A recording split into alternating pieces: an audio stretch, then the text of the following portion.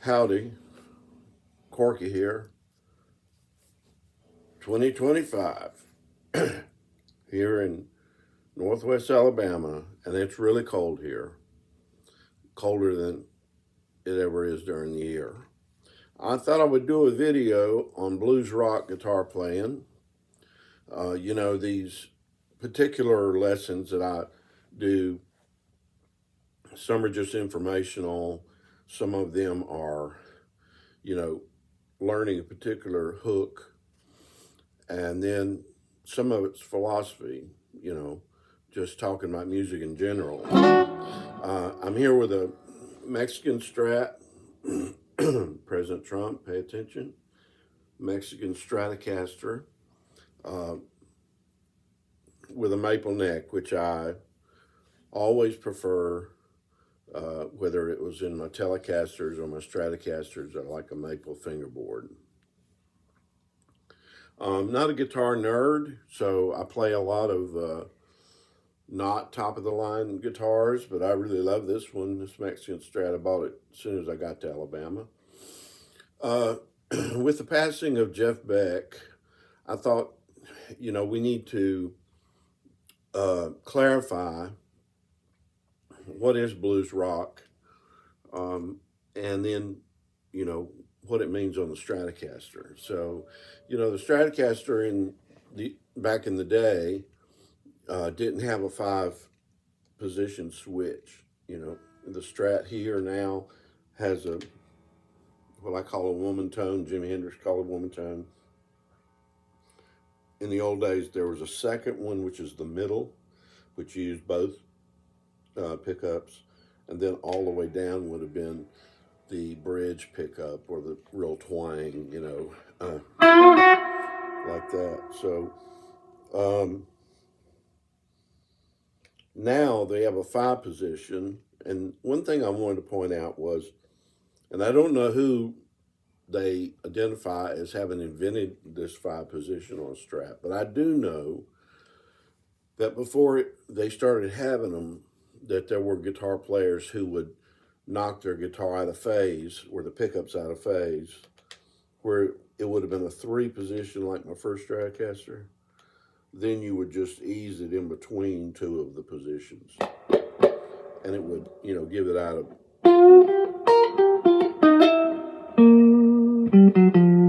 like that. And of course, got that quacky, Leonard Skinner sound, like that,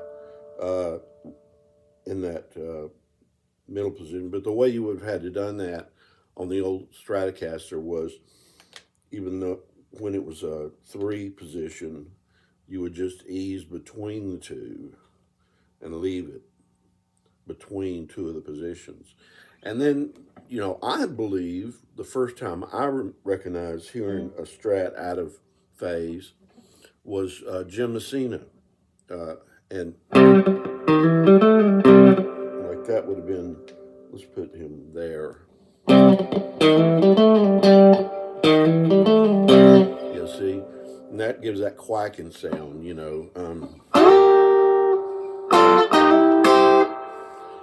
kind of like that. So the evolving of the Fender Stratocaster, which was born the same year as me and Godzilla, 1954,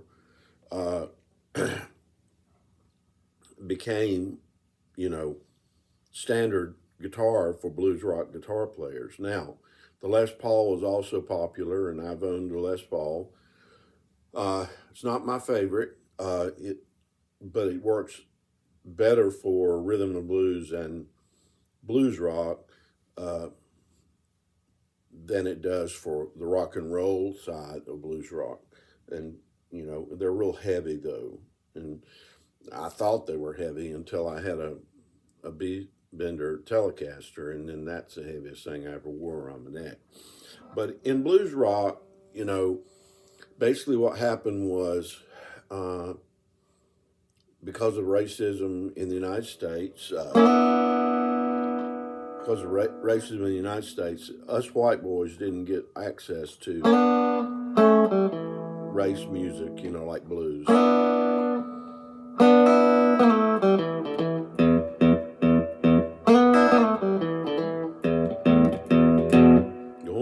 it right now. Rock it off your feet. Oh, baby. All that blues like Muddy Waters and Sonny Boy Williamson, Howlin' Wolf, you know, and those kind of players, John Lee Hooker, Lightning Hopkins especially, you know, these were being recorded in Chicago, and Chess Records were shipping more of them to England than were being shipped down south. So those of us down south, we didn't get to hear that music until after Clapton and the Beatles and the Stones, you know, justified it in the public, to say you need to listen to this old music from the '30s, you know.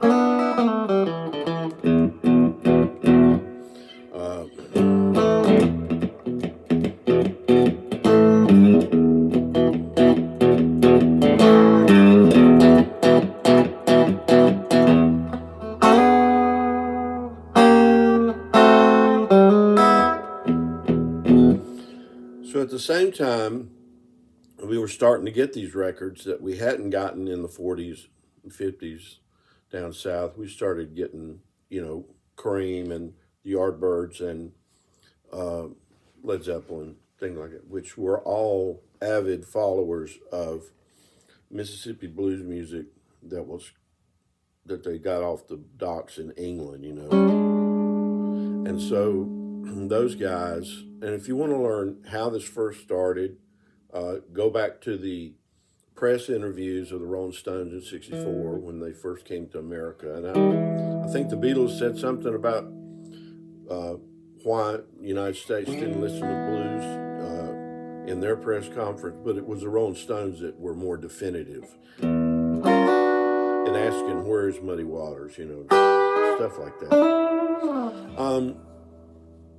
Arlen Roth, in his guitar instructional book that I've used with many students over the years, he teaches us the blues scale. So the way he teaches it and the way I teach it. All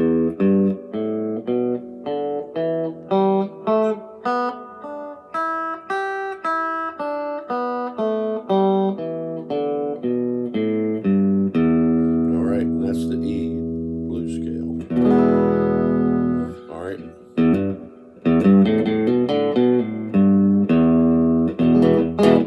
So that gives you, you know, the very first intimations of blues rock. So it's going to be the blues scale. It's not going to be the, you know, major scale all the time. Major scale.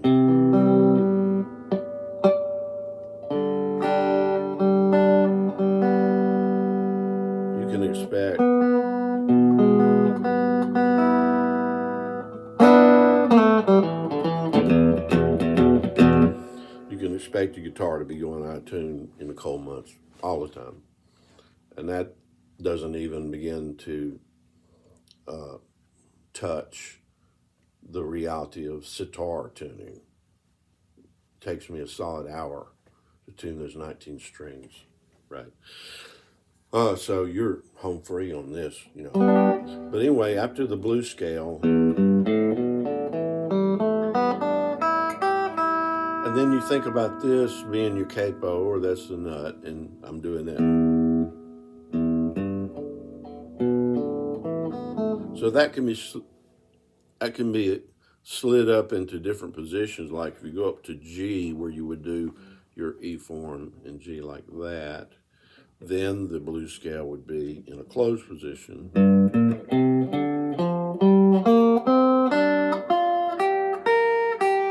And what that is it's the second. It's a second fret on everything except the low E, which is a 3. Okay. Everything's second until you get to the B string, and then it's okay. That's your shape. Okay. And for blues rock, unless you want to do a different what I call the long version, which is going. I mean,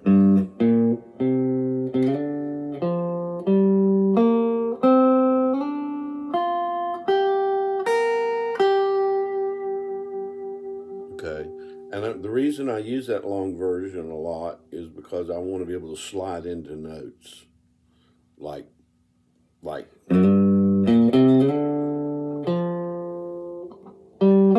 slide.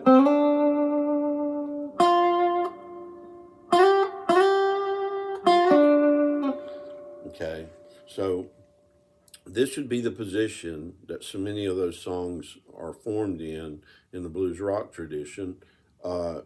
B.B. King is unique in that I hear him playing a lot more, major scales in his lead playing. Like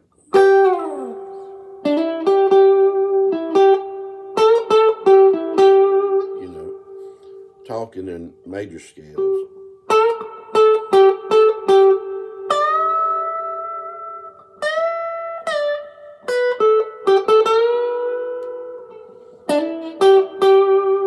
If you were in the blues scale, you'd be going.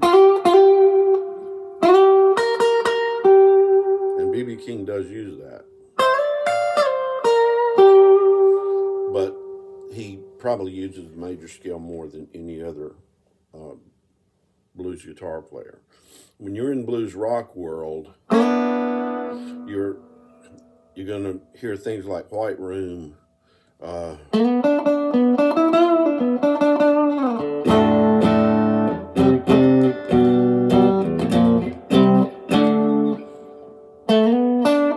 using a lot of uh, fuzz face on that, which later becomes distortion, becomes built into the amplifiers. But in the '60s, you didn't have that many pedals, if any. So most of the time, we're overdriving the amplifier to get the distortion, so forth like that. We certainly didn't have chorus or phase shifters or anything like that. That doesn't come till like 1967, and all of that starts happening. But all those effects were invented right around that time. And that's why that generation of mine, and is something to be so proud of, because it was an innovative generation. So for blues rock, you're talking about let's say we're in A.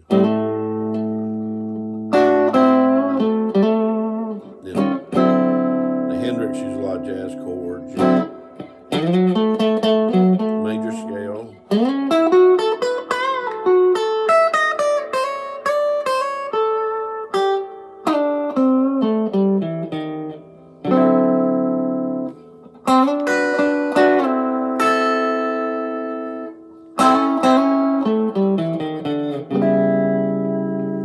And those are a lot of jazz chords used in blues rock there. But of course, most of the guys, that are just driving stuff,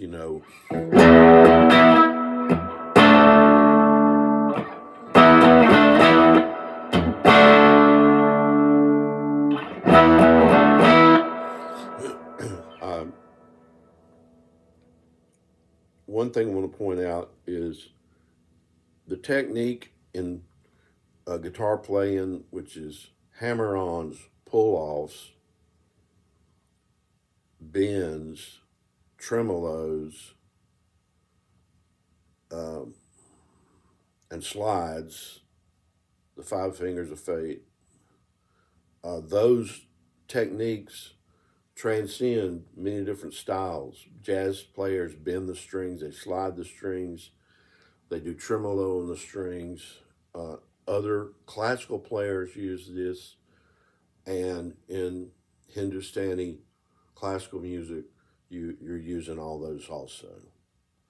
As a matter of fact, this week in my sitar lesson, my maestro showed me how in one fret on the sitar, he plays an entire scale, but just by bending that one string in that fret. And I wasn't quite able to go bend as far as he does. And of course, a lot of that's going down, not going up. A lot of people in guitar,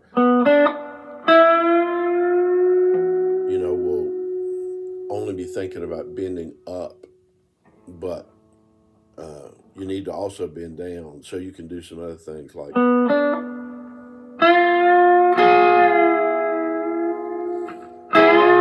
mean, obviously you can do that going up.